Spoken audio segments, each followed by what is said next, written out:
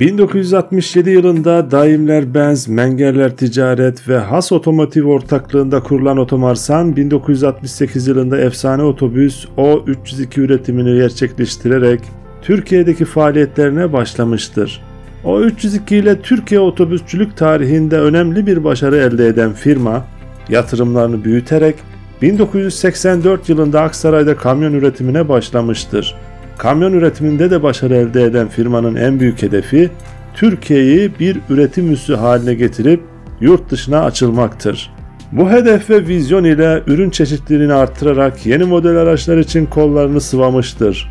Bu videoda ülkemizde üretilip yurt dışında da önemli satış grafiği yakalayan efsane otobüsler O303 ve O403 modellerinin hikayesiyle karşınızdayım. Hadi başlayalım.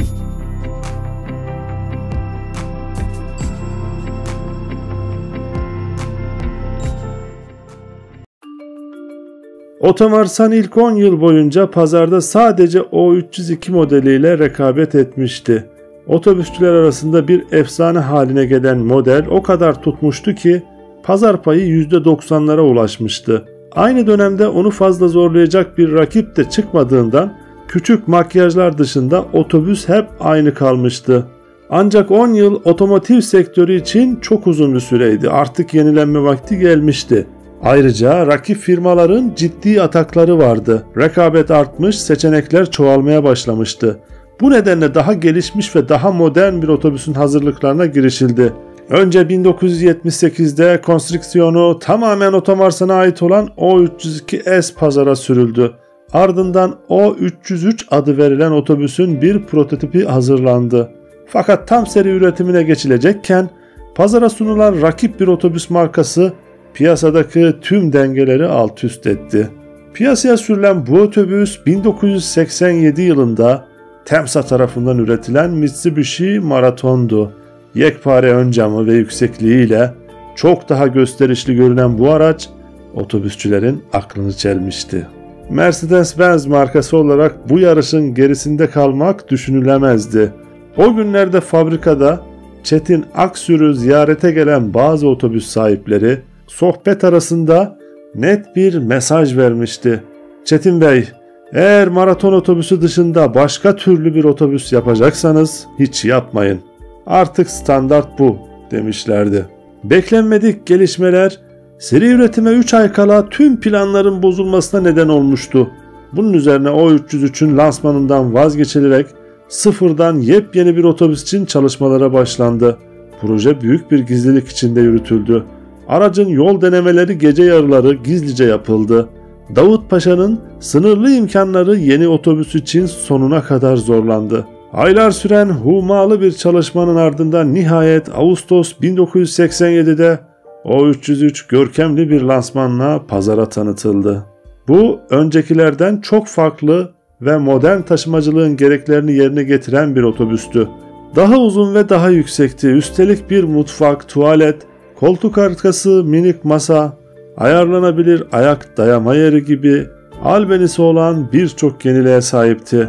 5 yıldızlı seyahat otobüsü olarak nitelendirilen O303, işletmecileri tam kalbinden vurmuştu.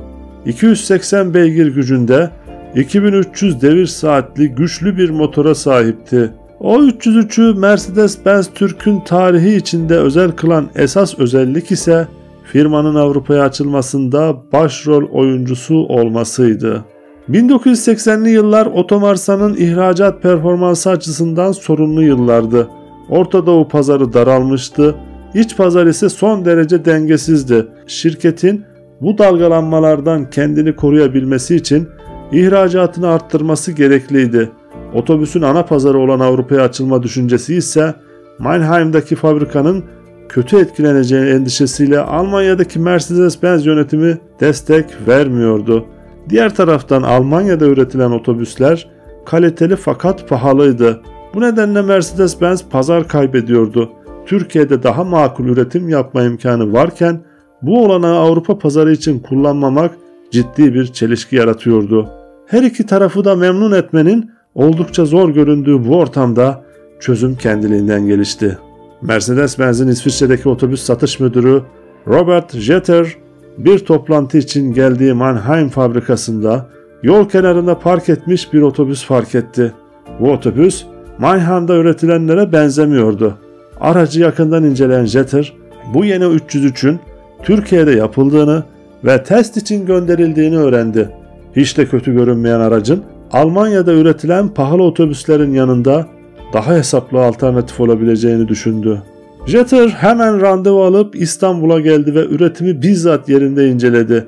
Tanıştığı Türk yöneticilerin heyecanından etkilenmişti. Avrupa'da satışa sunulabilmesi için otobüste bazı iyileştirmeler yapılması gerekiyordu. Bu değişiklikler yapmak için hemen bir proje grubu oluşturuldu.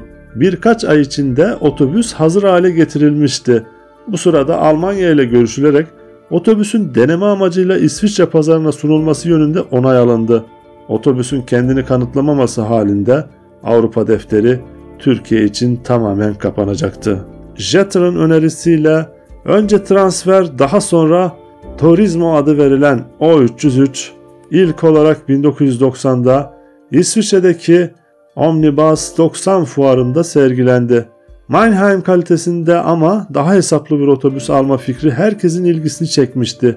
İsviçre'ye ilk partide 7 otobüs gönderildi. Daha sonra bu sayı 30'a çıktı ve Turismo çok kısa bir sürede İsviçre'de pazar liderliğini elde etti.